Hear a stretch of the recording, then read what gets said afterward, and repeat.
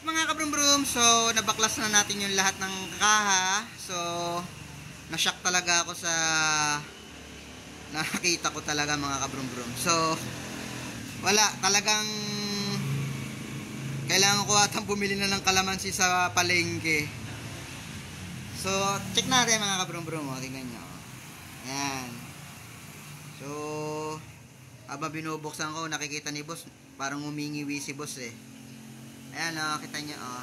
So ang daming gulo-gulo talaga yung mga kabrum-brum.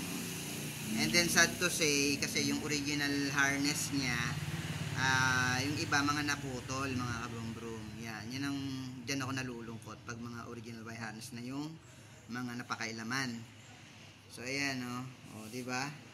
Unlimited, unlimited ano tayo? Unlimited relay. Yan. So gumagamit din ako ng maraming relay, pero yun nga, yun ang, gaya ng sabi ko sa inyo sa mga post ko, hindi na ako gumagamit ng gantong relay, yung mga malalaki, kasi nga magiging crowded talaga. And then syempre, isa pa, kapag naka-encounter kayo ng mga mekaniko na ninja moves, hindi marunong mag-organize or mag-ayos. Ayan, basta ilalatag na lang dyan yung wire. Ayan. O, diba? Kita nyo, o. Ayan, may relay pa dito. Ayan, may relay pa dyan. Ang daming relay. And then, ang mga naka-install daw kasi dito, ito, GPS, ayan, two-way alarm, mini driving light, loud horn, ayan. So, ayan, naputol lang pala yung bracket ng loud horn. And then, ito pa, oh, ayan, yung papunta dito sa battery, yung mga wire na yan, oh, parang sampayan ng medyas. Ayan, laging ganyan naman yung scenario na pinupunta natin dito sa ating, yung mga tropa natin, yan ang talaga ang concern nila. So ngayon, ang gagawin natin dito, pipigaan ko lang ng kalamansi, ganoon na lang siguro. De joke mga kabrum-brum.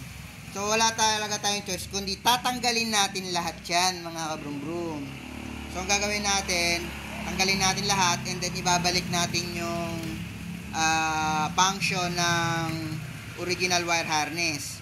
So dahil siya ay naka Honeywell na switch, so papaganahin na lang natin yan. Ngayon kung may sira man yung Honeywell switch na to, no choice tayo, ibabypass natin. Okay, ayan na mga kabrum-brum, before and after natin mga kabrum. Ayan.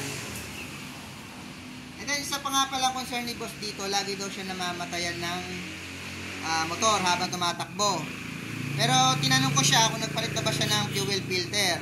Sabi naman nagpalit na. So check pa rin natin kung ano. Kasi maraming cause ng namamatayan ng motor or tumitirik. Ganon. Hindi lang sa electrical yan mga kabrum-brum. Maraming cause yan. Okay.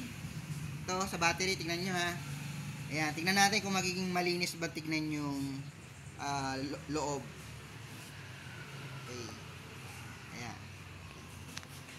So start na tayo, tanggalin natin yung mga pansit wire. Alright mga kabrum-brum, so eto mga kabrum-brum, na-rewiring na natin, natanggal na natin yung pansit wire. Ayan, check nyo. So kanina, yung mga naka-install dito na power relay is yung malalaki. So ngayon, ang nilagay natin electronic type na mga kabrum-brum. And then ayan o, maayos yung kanyang wire harness. So yung wire harness natin, plug and play yan. Halimbawa, mini driving light, meron tayong plug and play para sa mini driving light, meron din plug and play para sa stock Hortopia loud horn with rabbit board na yun mga kabrum-brum. And then voltmeter, meron din itong nilagay tayo dito. So ayan yung mga device, ayan. And then ito yung loud horn.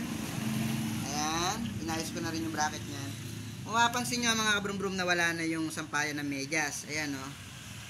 Ayan, di ba? Kanina meron ditong mga nakahang na wire. So ayan o. Di ba? And then, naglagay tayo ng protective fuse para safe yung ating mga ikinabit na wire harness. So pag nagkaroon ng problema, nagkaroon ng grounding, dito lang siya puputok o mga kabrum-brum. Ayan.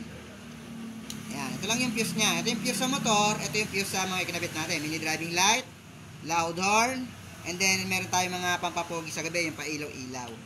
So, safe yan mga kabrum-brum. So, hindi makaka-apekto to sa system ng motor. Pag nagkaroon ng problema doon sa grounding, sa mga kinabit natin, makakatakbo pa rin siya anytime. Okay? Check nyo. Ayan, di ba? O, nawala na.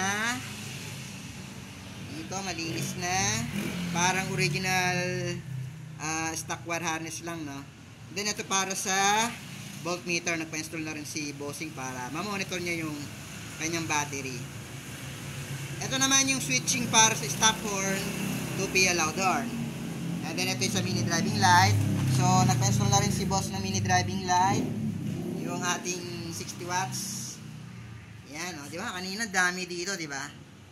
Ayan, so okay na siya. Ito yun yung mga pinagtatanggal natin. Ayan, mamaya pipigaan ko ng kalamansi ito. Hindi ko lang papakita.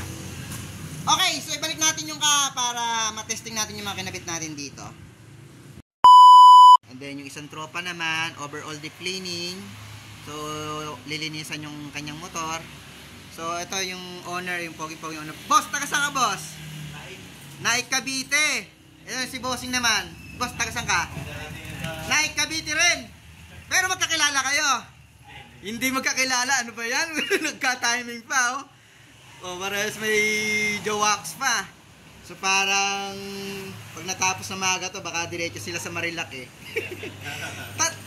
Eto mga kabrum-brum, hindi sinasadya talaga. Mga parehas taga-naik pa, oh. Hindi magkakilala. So ayan mga kabrum-brum, good vibes lang. Have a blessed Sunday. So takbo na pakapogi para iwas aksidente mga kabrum-brum. Ingat!